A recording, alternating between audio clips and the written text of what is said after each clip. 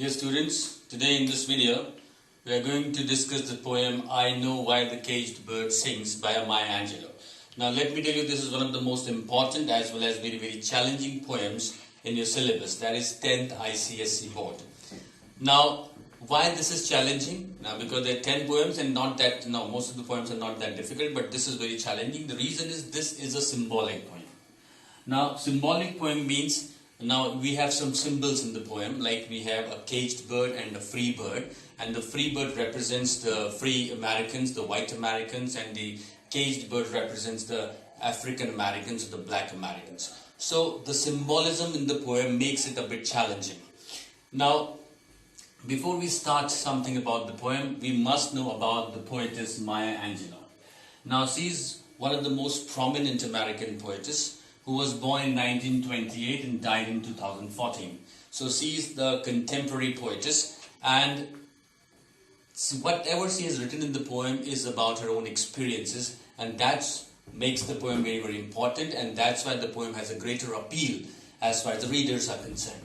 Now, Maya Angelou was a black American or African American. When I say African American, it means that the people who are black but who live in America, because they are originally from African country. Now, these people were badly treated, these people were very oppressed in America, and she is the one who also faced so much of segregation, so much of oppression at that specific time, that she was so much shocked that some of the incident that happened with her, that she could not speak for some years. But later on, somehow she got over that incident and she recovered, and she got the confidence as well, and she rose to heights and became a very great poetess of our contemporary times. Now, in this particular poem, we must know about Jim Crow laws also that was prevalent in South America and which were in force from 1890s to 1965. Now, the reference is there of the Jim Crow laws, and you must know what Jim Crow laws were. Now, Jim Crow laws were basically just to segregate the black from the whites. Now, there, because whites do not like African people, black people, they hated them, therefore they made the laws that everything should be segregated. That means there were separate schools for the blacks, there were separate malls for the blacks, there were separate means of conveyance for the blacks. Moreover, very few rights have been given to them. They could not gather in public, they could not conduct public meeting as well. So, and moreover, for a specific time, they could not even vote to select the leaders. So they did not have any rights. So they were feeling restricted. And this poem is basically a voice against all this oppression and restriction. Now let's talk about the themes of the poem. Now first is racism and segregation. Now racism, that means the people were identified by the color of their skin. That means the people who had the white skin, they hated the people who had the black skin. So racism was prevalent and blacks were not at all respected. Segregation, Jim Crow laws was basically the law of segregation. They try to separate both the races. And then freedom and slavery. Freedom is represented by the free bird who could fly anywhere. There's no restrictions at all. And slavery, the people who were slaved almost, and because most of the blacks, when they came to America from their native places, African countries, they were actually came as slaves. So they settled there, and now they were almost like slaves. Even today, although the bit of freedom has been given, but they're still treated like the slaves. So these are the two main themes of the specific poem: racism and segregation, freedom and slavery. And this poem is a symbolic poem. Now let's go stanza-wise explanation. Now this is the first stanza of the poem.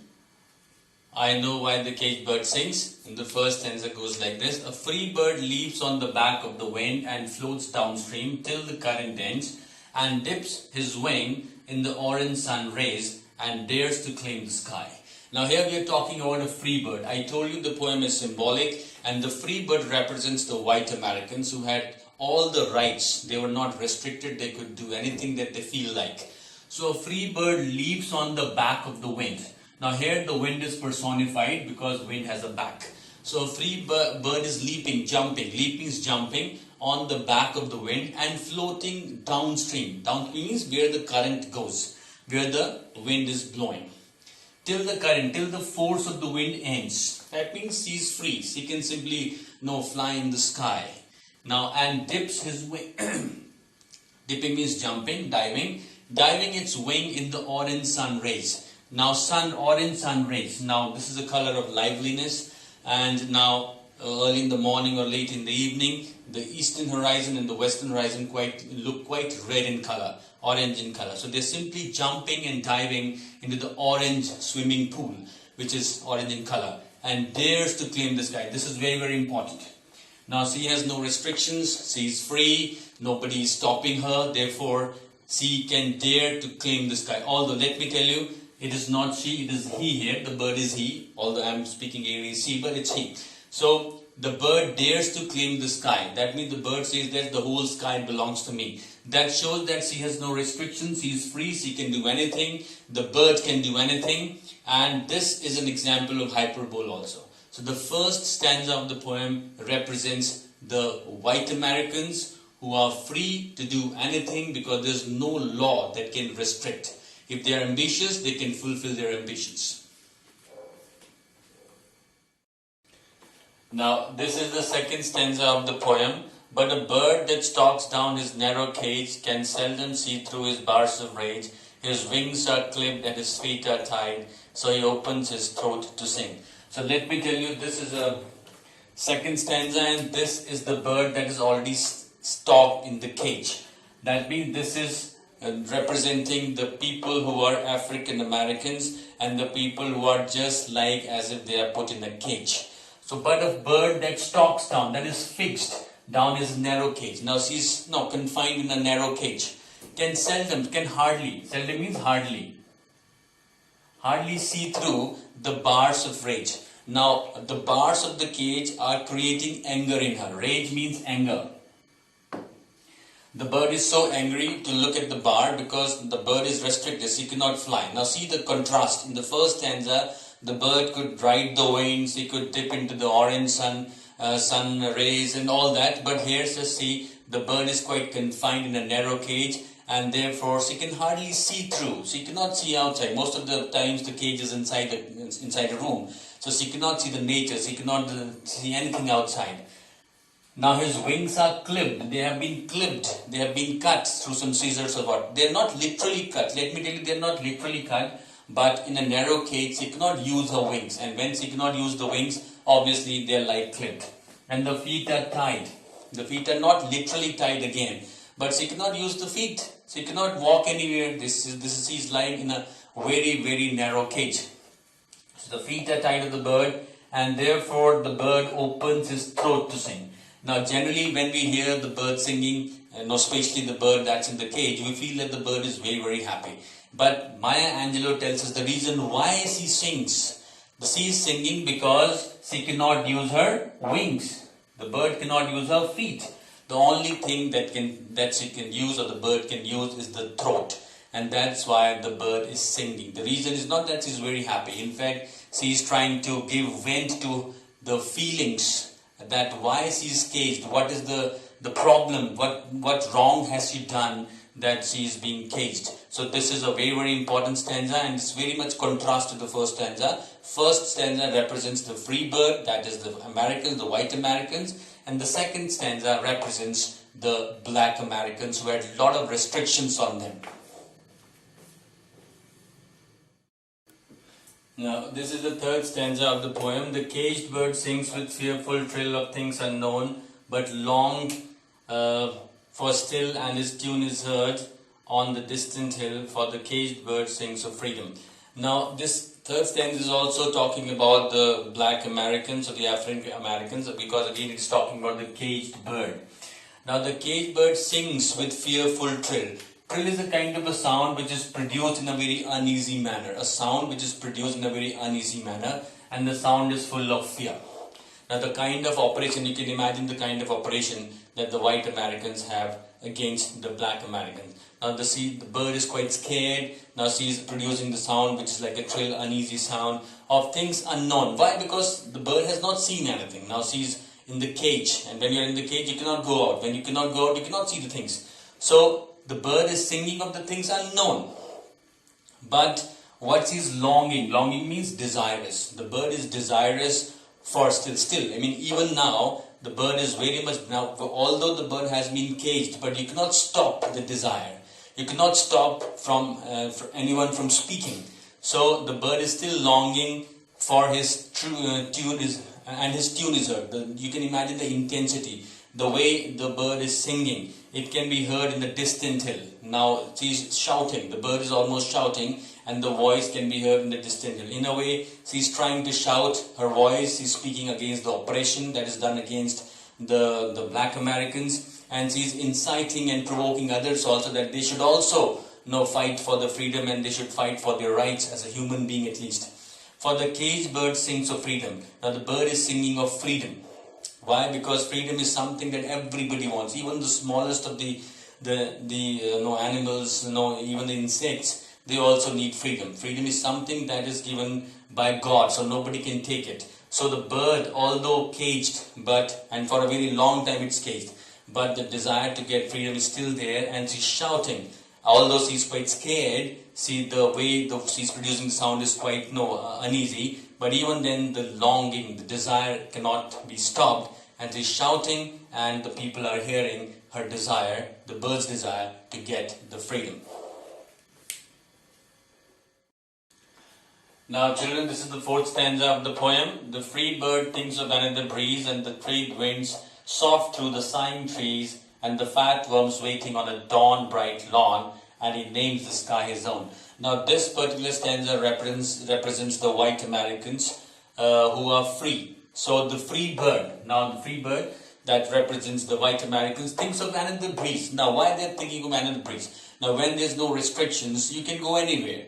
Now suppose you are born and brought up in a specific place, maybe like Delhi, and somebody tells you that you have to be in Delhi, whatever you do. So you feel restricted. You do not like that, because you know that you have a talent to go anywhere, and you should be allowed to go anywhere, but then you are unnecessarily restricted. So these people are free to go anywhere. So they are thinking of another breeze. They are more ambitious, and they can even fulfill their ambition. And the trade winds soft through the sighing trees. Trade winds are the winds that move towards equator or move towards west. So they are simply moving just like with the current of the winds, and they are moving through the sighing trees. Now there is a kind of a similarity between trees and the birds. The birds which are caged, because caged birds are also caged in a specific prison, and trees are also stuck to a specific place. Therefore the trees are sighing. Sighing means deep breath of sadness. So the sound that is produced by the wind when it blows through the trees, they create a sound, and the sound has been called as sighing. Sighing means deep breath of sadness. So there's a kind of a similarity between the trees and the caged bird. Both are stuck to one place. Therefore, the trees are also sighing, now producing the sad sound, and moreover, the birds are also quite unhappy of their position, current situation. And these free birds are quite free. They are thinking of the fat worms waiting on a dawn bright lawn. They are moving here and there. They can find different things to eat. Here they are thinking of fat worms. Now a caged bird cannot think like that. The caged bird has to eat whatever is served to it. It can be anything. It may be that the bird does not like it, but she has no options. She has no choice. But these people have, the people who are free, the bird who is free can go anywhere. She's thinking of a different kind of food that she can eat. That means they can think of different avenues, they can think of they have different aspirations, they are more ambitious, they can do anything. And he names the sky his own. He is the free bird, and it names the sky his own. That means he can claim the whole sky belongs to the bird. Now therefore, the people who are not having any restrictions, they are free, they can think of new things, they can think of new avenues, they can fulfill their ambitions also, and therefore they can say the whole sky belongs to them. And therefore, now although this is also an example of hyperbole, but it clearly shows the kind of contrast that was existing at that specific time between the black Americans and the white Americans. Now dear children, this is the fifth stanza of the poem, and it says, "But a caged bird stands on the grave of dreams, his shadow shouts on a nightmare scream, his wings are clipped and his feet are tied, so he opens his throat to sing." Now the last two lines are repeated. Now it says, "But a caged bird stands on the grave of dreams." That means now the bird almost knows that all the dreams he has have turned into grave. That's all dead or they're badly suppressed. Now, but a caged bird stands on the grave of his dreams have become grave. They are all dead or they are badly suppressed. That's very, very difficult to fulfill the dream of that specific caged bird. And the caged bird is the black American. That means they are so restricted by so much of laws, then they are so much looked down upon that their life has become meaningless. All the dreams have become now dead and they have turned into grave. His shadow shouts on a nightmare scream. Now, nightmare means a very, very quite scary dream. Now, whenever you see a scary dream, then you shout, you scream in your sleep. And then his shadow, now looking at the shadow, it's now even that shadow has become a nightmare. Now, the only companion that the bird has is nothing but the shadow, and that is non-living. So, the bird's existence has become meaningless. Now, it shouts, now looking at the shadow, it shouts as if the bird has seen a nightmare. The whole existence of the bird has become a nightmare. Now, this is a very, very important line. And these two lines are repeated just to make it more emphatic. The poetess wants to make her point all very, very emphatic. Therefore, it says, his wings are clipped. They're not literally clipped, but because the bird cannot use the wings, it's almost like clipped. They're cut. And his feet are tied. Again, they're not literally tied. They're tied. They're said to be tied because it cannot walk anywhere. It's now surrounded and confined in a very, very small cage. So he opens the throat to sing, and this is the reason that the bird is singing. But you cannot, because you cannot stop the voice. Your desires will remain desires. And therefore, although you can tie her, you can clip the wings, you can tie the feet, but you cannot somehow confine or you cannot stop the bird from speaking. And therefore, the bird is singing, and definitely the bird is singing of freedom and her desire to get the freedom. Now, dear children, this is the last stanza of the poem, and this particular stanza is a repeated stanza of, now this is the third stanza, it is just repeated, and this is done. This is called refrain, number one. Refrain is a figure of speech in which a stanza or a specific line is repeated. And why this is done? Maya Angelou has done to make it more emphatic and to clarify that although the caged bird is suffering for a very long time, but the determination is still strong. It's still hopeful. The black Americans, the African Americans who have been struggling for a very, very long time, and they're not getting the right so far, but they're still struggling and they're hopeful, they're optimistic that one day they will definitely get the rights equal to that of the white Americans, and this racism will finally end. And therefore the poem ends in a very, very optimistic note.